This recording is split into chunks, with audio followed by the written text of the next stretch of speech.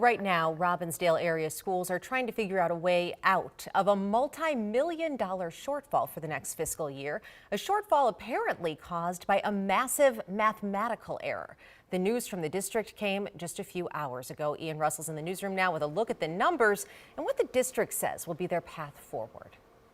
Well, Lauren, district leaders are calling this a pivotal moment for Robbinsdale area schools. The superintendent and chief financial officer are both new and say they inherited this problem, a problem so dire they're calling for a state of the budget town hall tomorrow evening. Clouds hang over Robbinsdale area schools Tuesday.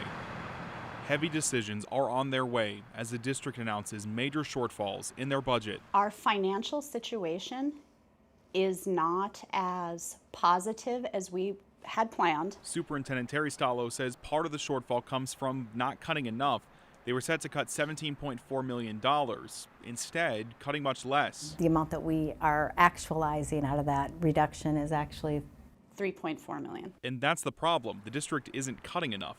In addition, there is what the district calls a, quote, error in the implementation of the budget process. They say they overstated their resources, counting about $20 million twice. As for how that happened, both Stallo and CFO Kristen Holheisel say they don't know, telling me it happens before they got to the district. Both say this will ultimately lead to cuts and changes. so it's going to be inevitable that staff reductions are made. Stallo says that will also include potential changes to academic programs and potentially closing buildings. Holheisel also anticipates the district entering into statutory operating debt at the end of the 24-25 fiscal year. That will require the district to submit a corrective financial plan to the Minnesota Department of Education. So we recognize the huge emotions that our families and our staff and our kids in our community are going to feel.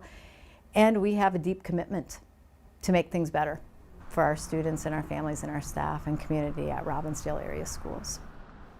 As I mentioned, there's a town hall set for tomorrow evening at Cooper High School. School district officials will discuss the budget, how they move forward, and what needs to happen to get them out of the situation they find themselves in. That starts at 6:30 tomorrow night. Lauren. Oh, I bet there will be some very steamed parents at that town hall, Ian. Thank you.